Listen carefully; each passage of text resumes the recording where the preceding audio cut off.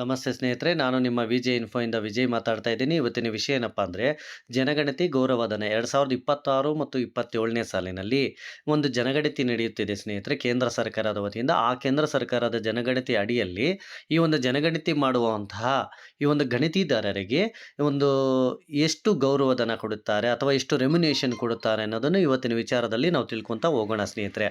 ಮೊದಲಿಗೆ ಸಮೀಕ್ಷಾದಾರರಿಗೆ ಎಷ್ಟು, ಆಮೇಲೆ ಮೇಲ್ವಿಚಾರಕರಿಗೆ ಎಷ್ಟು, ಆಮೇಲೆ ಉಳಿದ ಎಲ್ಲ ಅಧಿಕಾರಿಗಳಿಗೂ ಎಷ್ಟೆಷ್ಟು ಅಂತಲೂ ಸಹ ನಾವು ತಿಳ್ಕೊತಾ ಹೋಗೋಣ ಸ್ನೇಹಿತರೆ. ಮೊದಲಿಗೆ ಈ ಒಂದು ಸಮೀಕ್ಷೆಗೆ ನಾವೇನು ಮಾಡಬೇಕಪ್ಪ ಅಂದ್ರೆ ಮನೆಪಟ್ಟಿ ಮಾಡಬೇಕು. ಮನೆಪಟ್ಟಿಗೆ ಎಷ್ಟು ಸಪ್ರೇಟಾಗಿ ಒಂದು ಗೌರವಧನ ಇದೆ, ಮತ್ತು ಅದೇ ರೀತಿ ಈ ಒಂದು ಹೌಸ್ ಹೋಲ್ಡ್ಸ್ ಆ ಒಂದು ಸಮೀಕ್ಷೆ ಮಾಡ್ತೀವಲ್ಲ ಜನಗಣತಿ, ಆ ಒಂದು ಸಮೀಕ್ಷೆಗೂ ಸಹ ಸಪ್ರೇಟು ಒಂದು ಇದಿದೆ ಸ್ನೇಹಿತರೆ, ಗೌರವಧನ ಇದೆ. ಸೊ ಅದನ್ನು ನಾವೀಗ ತಿಳ್ಕೊತಾ ಹೋಗೋಣ. ಮೊದಲಿಗೆ ಮನೆಪಟ್ಟಿ ಮಾಡಲು ಎಷ್ಟು ಗೌರವಧನ ಇದೆ ಅನ್ನೋದನ್ನು ನಾನು ಹೇಳ್ತಾ ಹೋಗ್ತೀನಿ ಸ್ನೇಹಿತರೆ. ಈಗ ನೋಡಿ, ಆದೇಶವನ್ನು ಬಂದಿದೆ ಸ್ನೇಹಿತರೆ.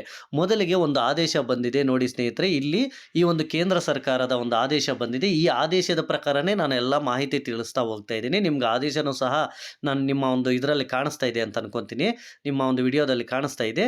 ಸೊ ನೋಡಿ ಸ್ನೇಹಿತರೆ, ಈ ಒಂದು ಆದೇಶದ ಪ್ರಕಾರ ನಾವು ಗೌರವಧನವನ್ನು ಕೊಡಬೇಕಾಗತ್ತೆ. ನೋಡಿ ಸ್ನೇಹಿತರೆ, ಕೆಳಗೆ ಆದೇಶದಲ್ಲಿ ಏನಿದೆಯಪ್ಪ ಅಂದರೆ ಹಂತ 1 ಮತ್ತು ಹಂತ 2 ಅಂತ ಕೊಟ್ಟಿದ್ದಾರೆ. ಸೊ ಹಂತ 1 ಮತ್ತು ಹಂತ 2ದ ಪ್ರಕಾರ ನಾವು ಆ ಒಂದು ರೆಮ್ಯುನೇಷನ್ ಎಷ್ಟೆಷ್ಟು, ಯಾರ್ಯಾರಿಗೆ ಎಷ್ಟೆಷ್ಟು ಇರುತ್ತೆ, ಮತ್ತು ಯಾವ ರೀತಿ ಕೊಡ್ತಾರೆ, ಅಧಿಕಾರಿಗಳಿಗೆ ಎಷ್ಟೆಷ್ಟು ಕೊಡ್ತಾರೆ, ಮತ್ತು ಗಣತಿದಾರರಿಗೆ ಎಷ್ಟು ಕೊಡ್ತಾರೆ, ಮನೆಪಟ್ಟಿಗೆ ಎಷ್ಟು ಕೊಡ್ತಾರೆ, ಮನೆಪಟ್ಟಿ ಆದಮೇಲೆ ನೆಕ್ಸ್ಟ್ ಗಣತಿ ಮಾಡ್ತೀವಲ್ಲ ಅದಕ್ಕೆ ಎಷ್ಟು ಕೊಡ್ತಾರೆ ಅನ್ನೋದನ್ನು ಸಹ ನಾವು ನೋಡ್ತಾ ಹೋಗ್ಬೋದು ಸ್ನೇಹಿತರೆ. ಈಗ ನೋಡಿ ಸ್ನೇಹಿತರೆ, ಇದು ಅಧಿಕಾರಿಗಳಿಗೆ ಸಂಬಂಧಪಟ್ಟದ್ದು. ಇಲ್ಲಿ ಅಧಿಕಾರಿಗಳಿಗೆ ಯಾರ್ಯಾರಿಗೆ ಎಷ್ಟೆಷ್ಟು ಅಂತ ಮೊದಲಿಗೆ ನಾವೇನು ಮಾಡಬೇಕಪ್ಪ ಅಂದರೆ, ಮೊದಲಿಗೆ ನಾವು ಈ ಒಂದು ಗಣತಿದಾರದ್ದು ತಿಳಿದುಕೊಳ್ಳೋಣ ಸ್ನೇಹಿತರೆ. ಗಣತಿದಾರ ನೋಡಿ, ಹಂತ 1 ಮನೆ ಪಟ್ಟಿ ಮಾಡುವುದಕ್ಕೆ 9,000 ಇರುತ್ತದೆ ಸ್ನೇಹಿತರೆ. ಮನೆ ಪಟ್ಟಿ ಮಾಡುವುದಕ್ಕೆ ಎಷ್ಟಿರುತ್ತದೆ? 9,000 ಇರುತ್ತದೆ. ಅಂದರೆ ಮನೆ ಪಟ್ಟಿ ಮಾಡುವಾಗ ಏನೇನು ಅಂಶಗಳನ್ನು ನಾವು ಫಾಲೋ ಮಾಡಬೇಕು, ಯಾವ್ಯಾವ ಅಂಶಗಳನ್ನು ಫಾಲೋ ಮಾಡಬೇಕು, ಅದರಲ್ಲಿ ಸುಮಾರು ಎಷ್ಟು ಕ್ವಶನ್ಸ್ ಇರ್ತಾವೆ ಅನ್ನೋದು ನಾನು ಈಗಾಗಲೇ ಒಂದು ವಿಡಿಯೋ ಮಾಡಿದ್ದೇನೆ. ಆ ವಿಡಿಯೋ ಪ್ರಕಾರನೂ ಸಹ ನೀವು ನೋಡಬಹುದಾಗಿದೆ. ಈ ಮನೆ ಪಟ್ಟಿ ಒಂದು ಸಲ ನೀವು ಮನೆ ಪಟ್ಟಿ ಮಾಡಿದರೆ ನಿಮಗೆ 9,000 ಗೌರವಧನ ಸಿಗುತ್ತದೆ ಸ್ನೇಹಿತರೆ. ಆದ್ದರಿಂದ ಮನೆ ಪಟ್ಟಿಯಲ್ಲಿ ಸುಮಾರು ಒಂದು 32 ಪ್ರಶ್ನಾವಳಿಗಳಿದ್ದಾವೆ.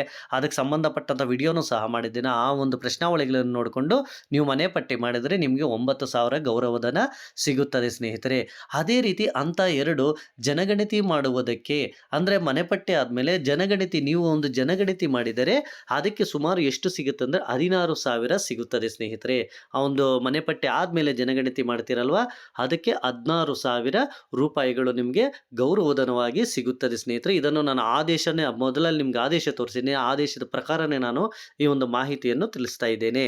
ಅದೇ ರೀತಿ ನೆಕ್ಸ್ಟ್ ಒಟ್ಟು ಗೌರವಧನ ನೋಡಿ, ಮನೆಪಟ್ಟಿ ಮಾಡಲು 9,000, ಜನಗಣತಿ ಮಾಡಲು 16,000, ಒಟ್ಟು ಗೌರವಧನ ಅಂದರೆ ಎಲ್ಲ ಸೇರಿ ಒಬ್ಬ ಒಂದು ಸಮೀಕ್ಷಾದಾರನಿಗೆ ಎಷ್ಟು ಸಿಗುತ್ತಪ್ಪ ಅಂದರೆ 25,000 ಒಂದು ರೆಮ್ಯುನೇಷನ್ ಅಥವಾ ಈ ಒಂದು ಗೌರವಧನ ಅನ್ನೋದು ಸಿಗುತ್ತದೆ ಸ್ನೇಹಿತರೆ. ಈ ರೀತಿ ನಾನು ಪ್ರತಿಯೊಂದು ಸಹ ನಿಮಗೆ ಆದೇಶ ಇಟ್ಕೊಂಡೇ ಹೇಳ್ತಾ ಇದ್ದೀನಿ. ದಯವಿಟ್ಟು ಎಲ್ಲರೂ ಸಹ ಈ ವಿಡಿಯೋನ ನೋಡಿ. ಅದೇ ರೀತಿ ಮತ್ತೆ ಈ ಒಂದು ನೋಡಿ, ಇಲ್ಲಿ ಆದೇಶ ಇದೆ ನೋಡಿ ಸ್ನೇಹಿತರೆ, ಯಾರ್ಯಾರಿಗೆ ಎಷ್ಟೆಷ್ಟು ಅನ್ನೋದು ಇಲ್ಲಿ ಕೆಳಗೆ ಕೊಟ್ಟಿದ್ದಾರೆ ನೋಡಿ. ಇದು ಆದೇಶ. ಈ ಒಂದು ಆದೇಶದ ಪ್ರಕಾರ ನಾನು ಇಲ್ಲಿ ಕೆಳಗೆ ಹೇಳ್ತಾ ಇದ್ದೀನಿ. ಹಂತ 1 ಮನೆಪಟ್ಟಿ ಮಾಡುವುದಕ್ಕೆ 9,000, ಜನಸಂಖ್ಯಾ ಗಣತಿ PE ಮಾಡುವುದಕ್ಕೆ 16,000, ಒಟ್ಟು ಗೌರವಧನ 25,000 ಕೆಳಗೆ ಒಂದು ಟೇಬಲಲ್ಲಿ ಕಾಣಿಸ್ತಾ ಇದೆ ಅಂತ ಹೇಳ್ತಾ ಇದ್ದೀನಿ ಸ್ನೇಹಿತರೆ.